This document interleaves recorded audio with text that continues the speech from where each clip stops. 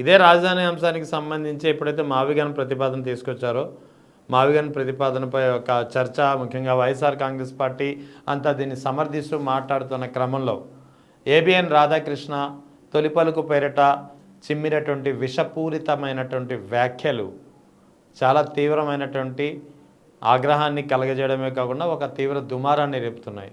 దీనిపై మీరేమంటారు? మా రోసయ్య గారు కనుక అదే రోజు ఈ పనికిమాల ఏదో ఒక చెప్పు తీసుకుని కొట్టుంటే ఈ రోజు ఉపద్రవం ఉండపోయింది.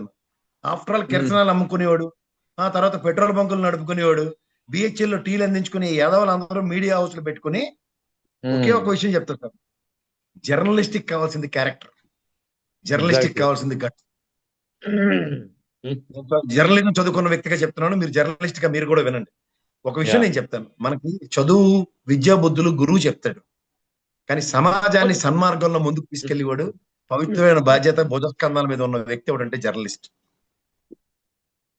అలాంటి జర్నలిస్ట్ వృత్తికి కలంకం తీసుకొచ్చిన ఈ పనికిమాల వాళ్ళని క్యారెక్టర్ లేకపోవడం, వీళ్ళని ఎందుకు సార్ మనం ఎంటర్టైన్ చేయాలి?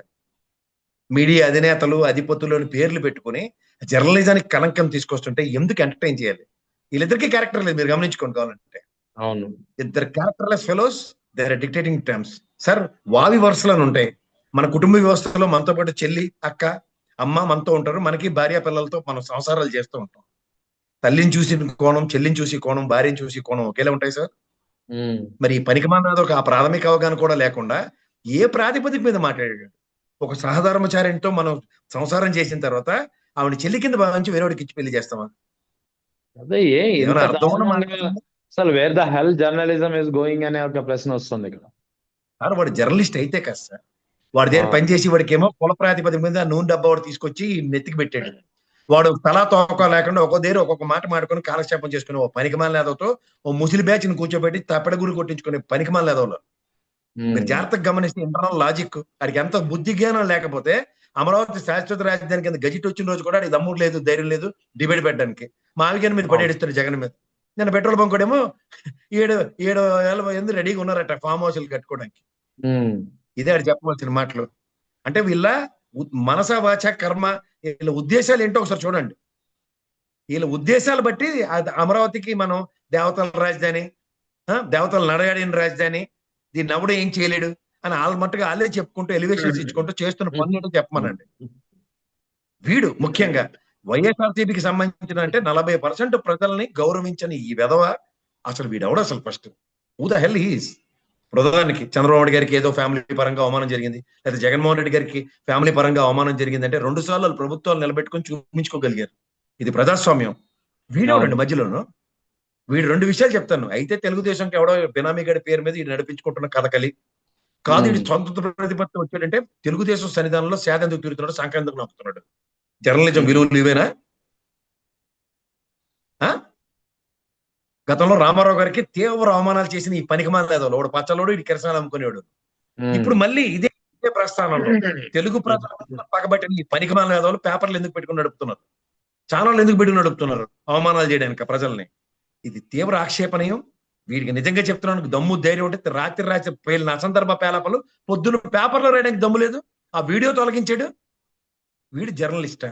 వీడు ఆడిన మాటకి వీడు రాసిన రాతకి కట్టుబడి లేనోడు జర్నలిస్ట్ అని ఎవడంటాడండి? అవును, గతంలో ఈనాడు పత్రిక ఎన్టీఆర్ నుంచి అధికారం లాక్కొని చంద్రబాబుకు కట్టబెట్టాలనే ఒక ప్రయత్నం జరిగినప్పుడు ఎన్టీఆర్లో నైతిక విలువలు లేవని చెప్పి ఎన్టీఆర్ని అనైతికంగా అసాంఘిక వ్యక్తిగా చిత్రీకరించే వివిధ రకాల కార్టూన్లు ఈనాడు పత్రికలో దర్శనమిచ్చాయి. ఇప్పుడు వైఎస్ జగన్, వైఎస్ఆర్ కాంగ్రెస్ పార్టీ వర్గానికి చెందినటువంటి వ్యక్తులపై ఇటువంటి నీచమైనటువంటి వ్యాఖ్యలు చేస్తుంది ఇప్పుడు మరో పత్రిక. ఇప్పుడు ఆవు చేలో మేస్తే దూడలు గట్టున మీద కదా. ఈ పనికిమాలిన వాళ్ళకి ఒకటే విషయం చెప్తున్నాను, గతంలో తెలుగుదేశం రామారావు గారిని అవమానించినట్టే పవన్ కళ్యాణ్ ని, జనసేన పార్టీని, నాటి ప్రజారాజ్యాన్ని, చిరంజీవిని కూడా అవమానించారు. ఇంక్లూడింగ్ నేషనల్ పార్టీ బీజేపీని కూడా. నరేంద్ర మోడీని ఏం రాశారో ఏం మాడారో మీరు మర్చిపోయినా నాకు నేనే మర్చిపోలే, గుర్తుంది. చేత వీడికి నీచం, ఉచ్చం, నీచం, విలువలు, విశ్వసనీయత ఏమీ లేని కొండాకూర బ్యాచ్ అంటారు. అర్థమైందా? తెలుగుదేశం సన్నిధానంలో సేద తీరుతూ తెలుగుదేశం సంకనాకతో వీడికి ఏమీ జరగదు, ఎవడైనా నన్ను చూసుకోగలరన్న ధైర్యంతో మెటమెటలు ఆడిపోతున్నారు. దానికి తగ్గట్టు ఇవాళ వైఎస్ఆర్సీపీ వాళ్ళు కూడా వెళ్ళి పేరెంటానికి వెళ్ళి వచ్చినట్టు వచ్చారు. ఈ మహా టీవీ వాడికి పగలగొట్టుంటే సెట్ అయ్యి ఉంటాడు కరెక్ట్ గా. పెద్ద ఎత్తున వాడికి అంత పోలీసులు కూడా- జరుగుతున్న సిగ్గుందండి వాడికి. వాడికి సిగ్గుందా? ఆడి ఛానల్లో ఆడు ఆ వార్తను ఎలా చూపిస్తున్నాడు తెలుసా? మోకలు దాడులు చేయడానికి వస్తే బీభత్సం సృష్టిస్తుంటే పోలీసులు అడ్డుకున్నారు. రే ఇప్పటికీ నువ్వు మారవరా అనిపించింది నాకు. అదే ఇప్పటికీ అతను రాసుకున్న వ్యాఖ్యల విషపూరితమైనటువంటి వ్యాఖ్యల పట్ల కనీసం ఇది కూడా లేనట్టుంది వాళ్ళకి. కనీసం అది తప్పు ఇప్పుడు వ్యాఖ్యలు రాసామే అనే ఫీలింగ్. ఆయనతో సంసారం చేసి సహధర్మచారిణిగా 2 పిల్లలకి జన్మనిచ్చి ఆవిడ పరమపదించింది ఆవిడ పెద్ద ఆవిడ. కనీసం ఆవిడ మనోభావాలు కూడా అర్థం కాకుండా ఈ పైనకుమాలతో ఏం సంసారం చేసి ఉంటాడో ఒకసారి ఆలోచించండి. అంటే వీడు చెల్లికి కూడా ఏ విధంగా ట్రీట్ చేసి ఉంటాడో ఆలోచించండి ఒకసారి. ఈ పనికిమాల థాట్ ప్రాసెస్ కనుక ఆలోచిస్తే, అవును, ఈ కుటుంబ వ్యవస్థలో చెల్లికి తల్లికి కూడా ఇలాంటి పనికిమాల విధంలో రక్షణ లేదన్న విషయం ఎందుకు గ్రహించలేకపోతున్నాం మనం? జీవితాంతం ఆడపిల్లల మీద పడేయడం, ఆడపిల్లల మీద బతుకుల మీద బతకడమే తప్ప, ఈవెన్ తెలుగుదేశాన్ని అధికారం తేడానికి కూడా షర్మిల విజయమ్మ ఆ సునీతమ్మ మీద పడి ఏడ్చుకుంటూనే కదా కాలక్షేపం చేసుకుంటూ వచ్చాడు. అవును, ఎదుటి కుటుంబాల్లో ఉన్న ఆడపిల్లల మీద పడి ఏడ్చుకుంటూ కాలక్షేపాలు చేసుకుని బతికిడి. పవన్ కళ్యాణ్ కూడా అంతే కదా, వాళ్ళ అమ్మగారిని వాళ్ళ భార్య పిల్లల్ని ఆడిపోసుకున్నదంతా ఎదవే కదా. అవును, నరేంద్ర మోడీ భార్య గురించి మాట్లాడిన ఎదవ కూడా ఈడే కదా. అవును, మర్చిపోయావని? ఇంకా వీళ్ళు ఇంకా ఆలోచించారు. అదే పవన్ కళ్యాణ్ అయితే ట్వీట్ లో నాగబాబు వీళ్ళందరూ అయితే బాయ్కాట్ చేయండి ఈ పనికిమాల ఎదవలని డైరెక్ట్ డెలిబరేషన్స్ ఉన్నాయి. కానీ ఇప్పుడు శాత తీరుతున్నారు అక్కడ సన్నిధానంలో. అవును. అదే ఆశ్చర్యకరమైన విషయం. రైట్ సార్, అలా అయితే thank you sir, thank you.